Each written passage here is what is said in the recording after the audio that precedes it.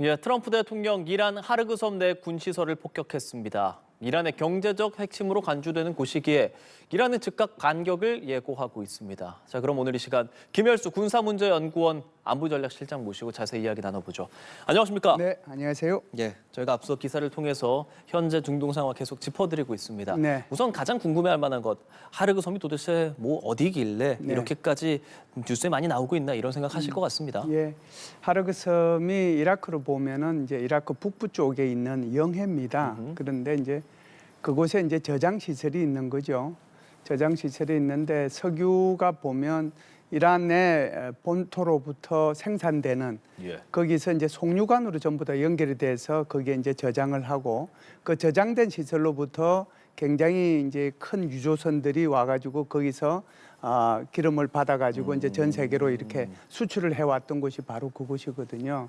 그 뭐 어느 정도 이제 이곳에서 이렇게 수출을 하느냐 하면은 이란이 수출하는 90%가 이곳을 통해서 나가는 거니까 굉장히 이제 중요하죠. 지금 저 그림을 보시면 이렇게 지금 저장 시설이 뭔가 보석이 박힌 것처럼 보이지 않아요? 좀 그렇게도 보이는 것 네, 같아요. 그래서 저것을 이제 왕관의 보석이라고 얘기를 하고 바로 저곳이 이제 이란의 생명줄이라고 볼 수가 있죠.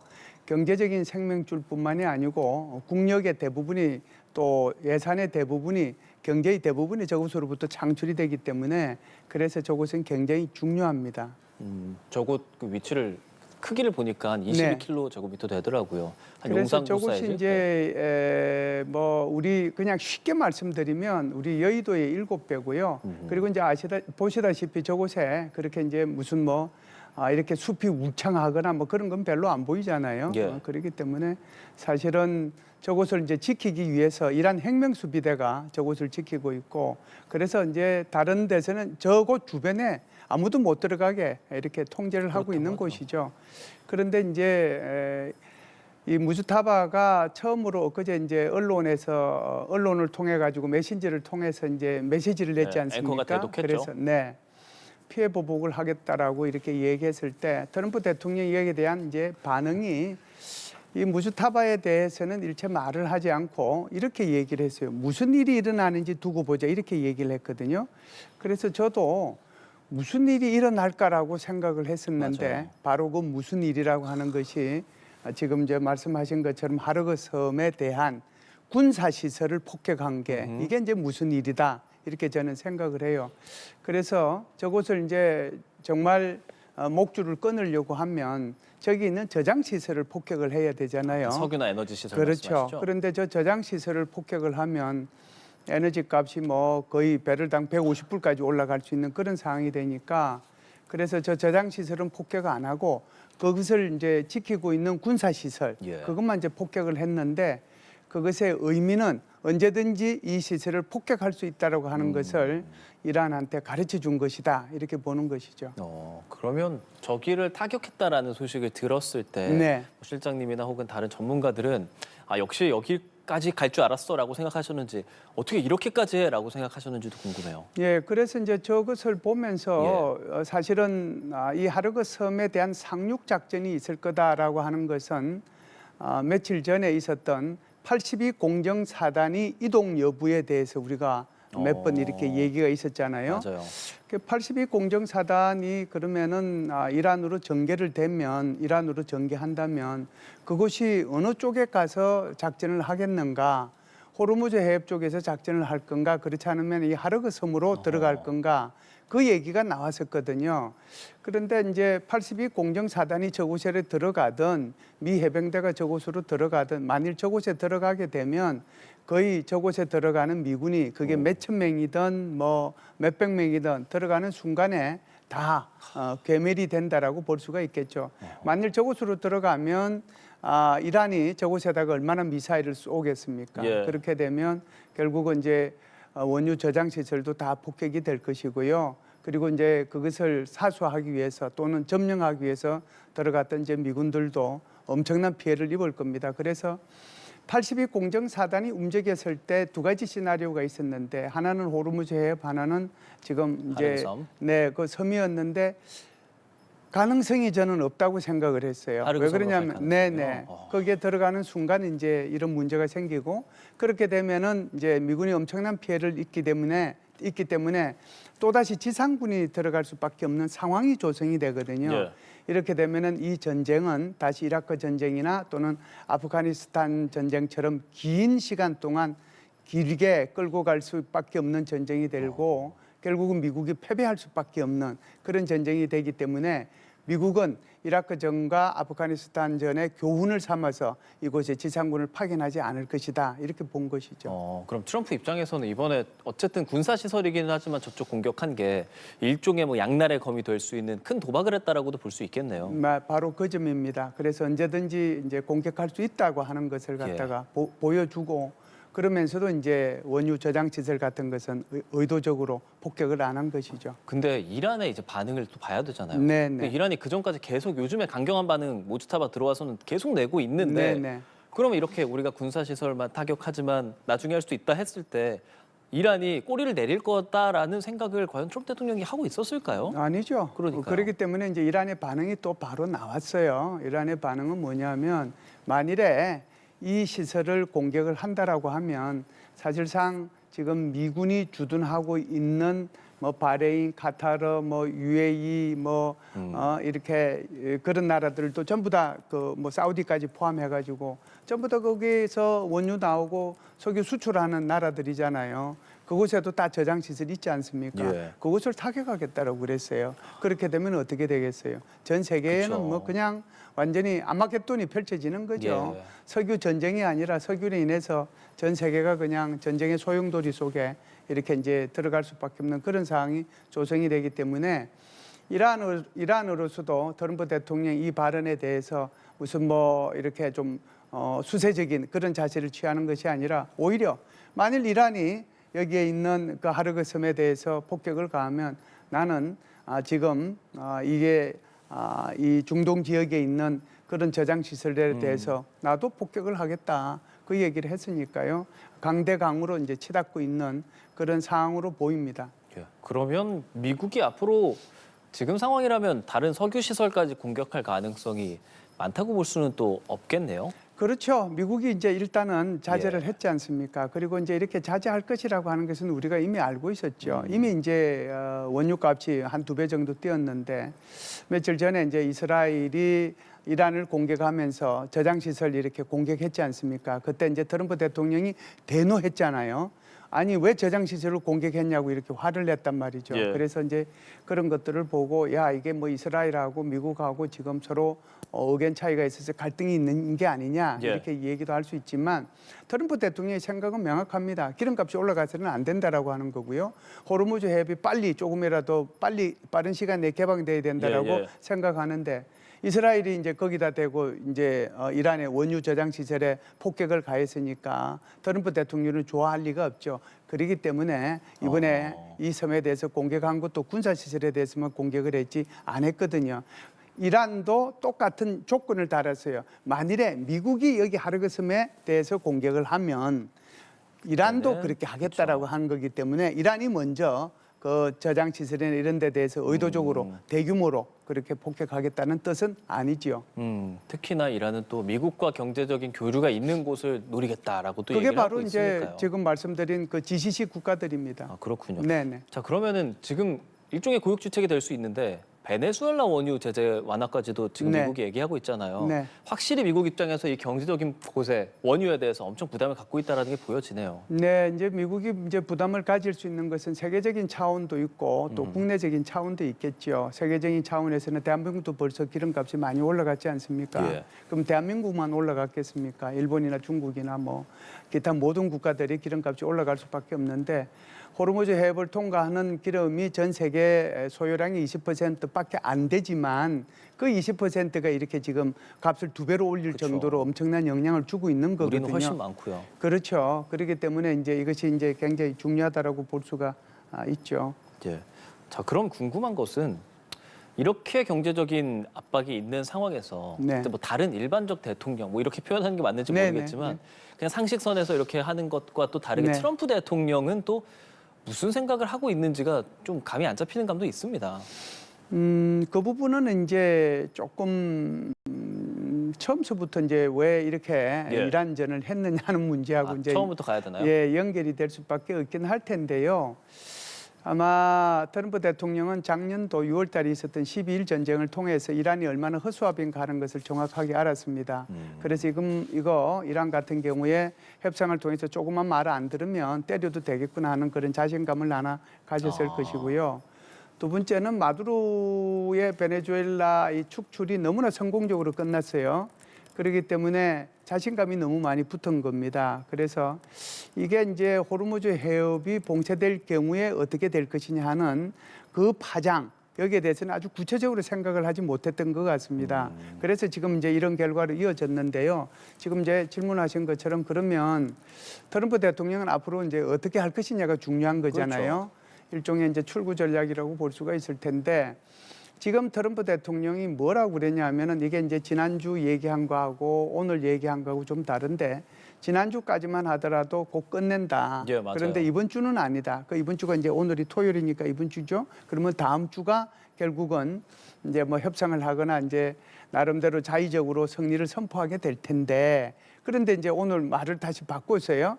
다음 주에는 아주 더 강한 이렇게 타격을 가하겠다 이렇게 얘기를 했단 말이죠. 예. 그러면은 이제 다음 주까지 가는 거예요. 이 말의 의미는 트럼프 대통령은 이란이 완전히 패배할 때까지 내가 계속해서 타격을 가하겠다라고 하는 거거든요.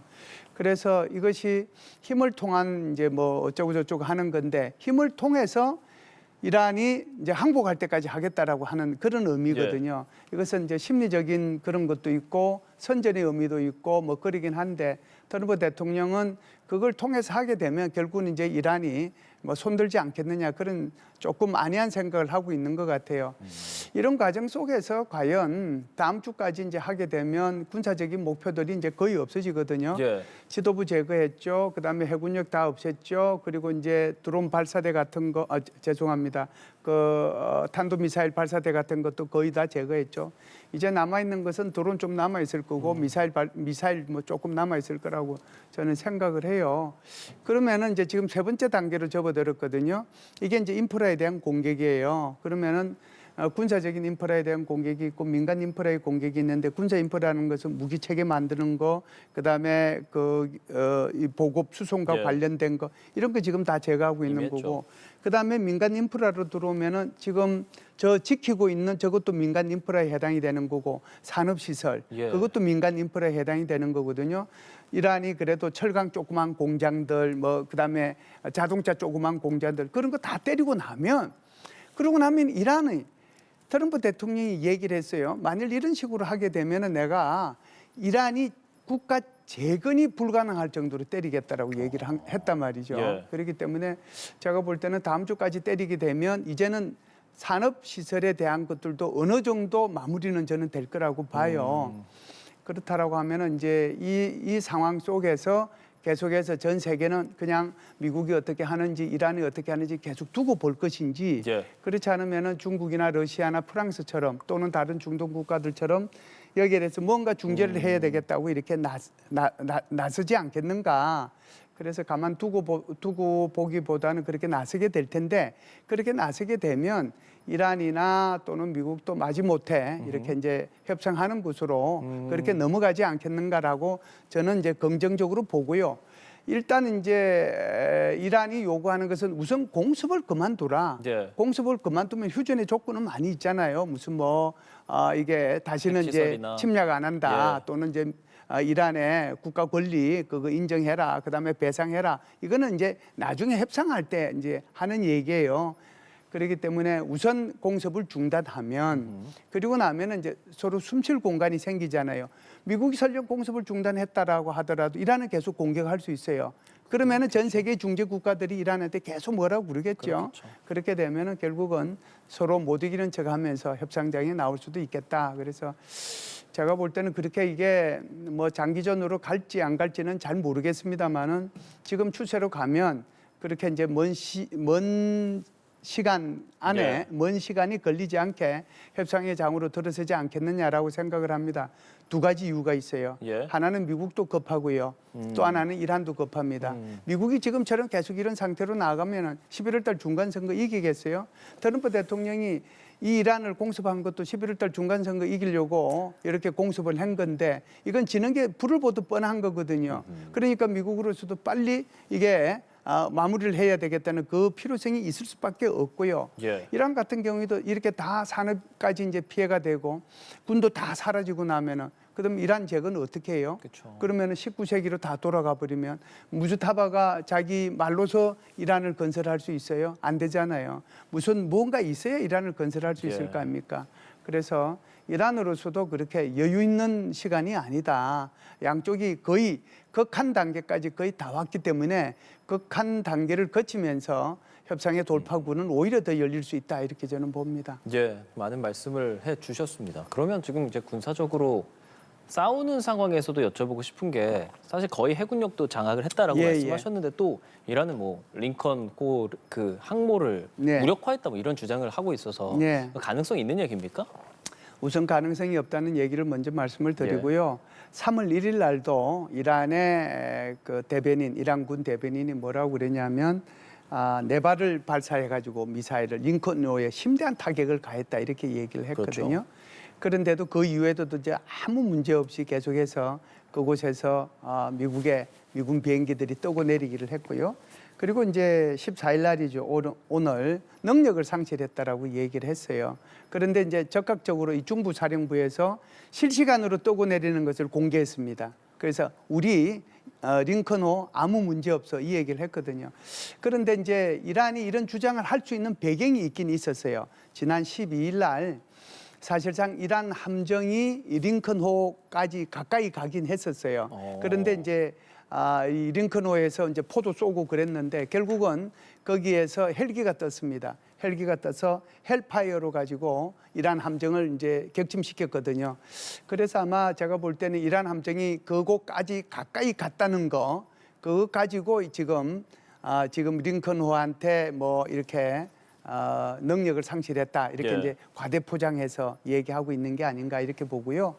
사실상 미군 같은 경우에는 지금도 몇 명이 죽고 몇 명이 다친 것을 실시간으로 다 공개를 하잖아요. 예. 그리고 이제 유해가 돌아가면은 거기에 송환식 트럼프 같은 것도 대통령까지 하고. 직접 나와가지고 거기에 엄숙하게 그 예식을 이렇게 하고 송환식이라고 있는 것을 그러죠. 예. 보여주는 거잖아요. 그런데 이란은 뭐라고 그럽니까? 미군들 지금 몇천 명 죽었다고 그러잖아요. 그러니까 이란의 말은 이란의 그 군대나 또는 혁명수비대에서 하는 말은 그냥 그러려니 하고 듣고 넘어가는 것이 맞을 듯합니다. 선전전이라고도 볼 수 있겠군요. 그렇죠. 그러니까 이란 내부를 향해서 하는 얘기라고 볼 수가 있겠죠. 근데 또 호르무즈 해협에서 일어나는 일들, 네. 예를 들면 어선으로 위장해서 자폭 드론 보트 뭐 이렇게 해서 했다라고 얘기들 나오잖아요. 네. 그건 또 어느 정도 또 믿을 수 있겠죠. 네, 그것은 사실입니다. 이제 우리가 여기 우크라이나 전하고 러시아 전쟁이요. 사실상 제1차 세계 드론 전쟁이다. 이렇게 이제 전문가들은 표현은 많이 합니다. 지금 벌써 4년이 넘었잖아요. 사실상 전 세계에서 이 드론에 대해서 가장 이제 전술적으로도 그렇고 또 생산해내는 면에서도 그렇고 종류 면에서도 그렇고 가장 발전한 나라가 저는 우크라이나라고 생각을 하고요. 그 우크라이나가 지금 드론 같은 것을 이렇게 생산하고 운용하고 할 수 있는 그런 능력이 없었다라고 하면 자기하고 비교도 되지 않는 러시아하고 지금 4년여를 버텨낼 수 없었을 거라고 생각을 하고 이미 함락이 됐을 거라고 저는 봅니다. 그런데 이 제1차 이 드론 전쟁을 통해서 우크라이나는 러시아의 어떤 그 소위 말해서 흑해 함대에 있는 기함이라고 하는 기함, 기준함이죠. 모스크바 함을 격침을 시켰어요. 그리고 이제 러시아 본토로부터 크림 반도로 가는데 그 큰 대교, 그걸 이제 크림 대교라고 얘기합니다. 그 크림 대교를 갖다가 부딪혀 가지고 이제 불이 나고 거기에 이제 파손이 되고 하는 것들도 있었는데 이것도 무인 수상 정이었어요. 드론이죠. 일종의 드론이죠. 무인 드론이죠. 수상정으로. 그것뿐만 아니고 최근에도 러시아의 상륙함이라든지 고속정 이런 것들에 대해서 우크라이나가 여기 무인 수상정을 통해 가지고 다 격파를 시켰거든요. 이게 지금 이란에서도 똑같은 상황이 벌어지고 있어요. 그래서 이란에서는 공중 드론을 통해 가지고 지금 사실상 중동 지역에 있는 미군 기지들을 향해서 드론을 날려보냈지 않습니까? 예. 그러면서 이제 뭐 한 3,500만 원, 4천만 원 정도 되는데 뭐 설령 5천만 원이라고 하더라도 거기에 이제 패트리어트 쏘면 그게 이제 뭐 60억씩 하니까 그거 그게 하나 이제 한 잡으려고. 200배씩 차이 나는 거잖아요. 그렇죠. 이게 이제 때로 날아가니까 아무리 이것을 쏘더라도 이걸 이제 벌떼라고 그럽니다. 예. 벌이 날아갈 때 한꺼번에 쫙 날아가잖아요. 그러면은 여기에 90%를 설령 격추를 한다고 하더라도 10%는 살아서 때리는 거잖아요. 그 10%가 때리는 것이 자기네들은 성공했다고 보는 거예요. 그런데 지금 이게 저기 공중에서만 이런 일이 일어나고 있느냐, 그게 아니고 해상에서도 똑같이 일어나고 있는 거예요. 그래서 한 6m 정도의 목조선, 그 정도 해상으로 드론으로 가면 레이더에 걸리지를 않아요. 조그만 목조의 저기 수상 무인정이니까 이게 그러면 한 대만 가는 것이 아니고 나 혼자서 10척, 20척을 갖다가 이렇게 컨트롤러 가지고 조종할 예. 수가 있어요. 그게 이제 때로 가는 건데 함정에서는 모르는 거죠. 그게 지금 호르무즈 해협에서 일어나는 일인 그렇죠. 거죠. 호르무즈 해협에서 일어나는 그런 아하. 거죠. 이게 이제 잡히지를 않아요. 그렇기 때문에 이제 이것이 지금 호르무즈 해협에 정박해 있는 유조선을 폭파시키는데 결정적으로 기여를 했다. 이렇게 아하. 볼 수 있는데요. 앞으로 이런 것들이 이제 현대전에 있어서 또는 미래전에 있어서 점점 공중 드론과 해상 드론이 점점 이제 보편화되는 그런 시대로 넘어갈 거고요. 미국도 이제 이에 따라서 전술을 바꾸고 이 무기 체계를 도입하는 것을 완전히 바꾸었습니다. 이번 2월 달에 미국은 NDS라고 하는 내셔널 디펜스 스트래티지라고 하는 미국의 국방 전략서를 발표를 했거든요. 그러니까 그전에 바이든 행정부 제1기 때 트럼프 행정부 때만 하더라도 첨단 무기 체계를 우리가 개발을 해서 그것을 이제 배치를 하겠다라고 예. 하는데 초점을 맞추고 예산을 그쪽으로 많이 배치했어요. 그런데 우크라이나하고 러시아 전쟁을 보니까 그게 아니거든요. 첨단은 조금만 있어도 되겠다는 생각을 가진 거예요. 그렇기 때문에 그게 아니고 재래식 무기를 더 많이, 더 빨리 확충을 해야 되겠다는 생각을 가진 거죠. 그 중에 하나가 바로 이 드론입니다. 그렇네요. 그래서 이제 미국에서도 샤헤드 136이라고 하는 이란의 드론을 역설계해서 그걸 루카스라고 해서 똑같은 형태로 만들어 가지고 이것을 이제 이란으로 날려보냈죠. 그러니까 이란의 많은 방공망들이 여기를 이제 요격을 했을 거 아닙니까? 그 요격을 하면은 미사일 발사대가 어디가 있는지, 레이더가 어디가 있는지 다 이제 탐지가 되는 거죠. 그렇죠. 그 뒤로 이제 순항 미사일이 날아가서 그것을 다 파괴를 한 거예요. 그렇기 때문에 앞으로는 첨단 무기 체계 이거 필요해요. 필요 없는 게 아니고 필요하지만 이에 못지않게 재래식 무기 체계 그리고 이제 드론을 포함한 이런 것들이 굉장히 미래전을 좀 지배하지 않겠는가 그런 생각이 들어요. 미국 입장에선 굉장히 고민스러울 수밖에 없을 것 같은데 네. 지금 어떻게 보면 호르무즈 해협을 꽉 잡아야겠다라는 이란의 이런 비대칭적인 행위가 주요하다고 볼 수 있을 것 같거든요. 그래서 그럼 뭐 예를 들면 주일 미군 뭐 2,000명 넘게 중동으로 향한다 이런 보도들을 보면 네네. 실제로 그 호르무즈 해협에서 그런 주일 미군과 직접적으로 지상전 작전 같은 것들도 가능할 수 있다라고 보십니까? 제가 볼 때는 지상전은 안 할 거예요. 지상전을 하게 되면은 이제 아무래도 이제 이라크전과 아프가니스탄전처럼 돼서 수많은 미군이 희생당하고 또 전쟁 기간이 길어져서 수많은 전비가 들어가거든요. 그렇기 때문에 이제 그렇게 들어가면은 결국은 이제 미국의 패배로 끝나게 됩니다. 우리가 이라크전에서 또 아프가니스탄에서 예. 본 것처럼. 그렇기 때문에 아마 그 지상전은 안 할 거고요. 미국이 아마 바라는 것은 코소보전 정도를 이제 아마 바라고 있을 겁니다. 그 코소보전이라고 하는 것이 이게 그 코소보가 이제 워낙 학살을 당하고 그러니까 세르비아한테 그래서 세르비아를 78일 동안 나토군이 가서 공격을 했거든요. 그러니까 세르비아가 항복을 했습니다. 그래서 뭐 78일 동안 이제는 뭐 할 필요는 없을 것 같아요. 과거만 그때 코소보 전쟁만 하더라도 그게 1999년이었으니까 그때만 하더라도 이렇게 미사일이라고 하는 것이 지금처럼 엄청난 정밀도를 가지고 있었던 게 아니에요. 그런데 지금 같은 경우에는 사실상 뭐 어떤 건물의 창문 몇 번째 창문을 때리라고 하면은 그 정도 때릴 수 있는 정확도를 가지고 있단 말이죠. 그러니까 사거리 공산 오차라고 하는 것이 굉장히 이제 정밀도가 높아졌기 때문에 그래서 그 정도만 안 해도 다음 주 정도만 하더라도 사실상 이란의 그 사회적 인프라까지 거의 다 거들낼 정도로 뭐 때릴 수 있으니까 그게 이제 옛날하고는 이제 많이 달라졌으니까 그러면은 과거에는 뭐 이렇게 굉장히 오랜 기간 동안에 공습을 해서 예. 뭐 이렇게 세르비아의 항복을 받아냈다라고 하면 이번 같은 경우는 그 정도 안 해도 이란으로부터 항복을 받아낼 수 있지 않을까라는 그런 생각을 미국이 했던 것 같아요. 그런데 이제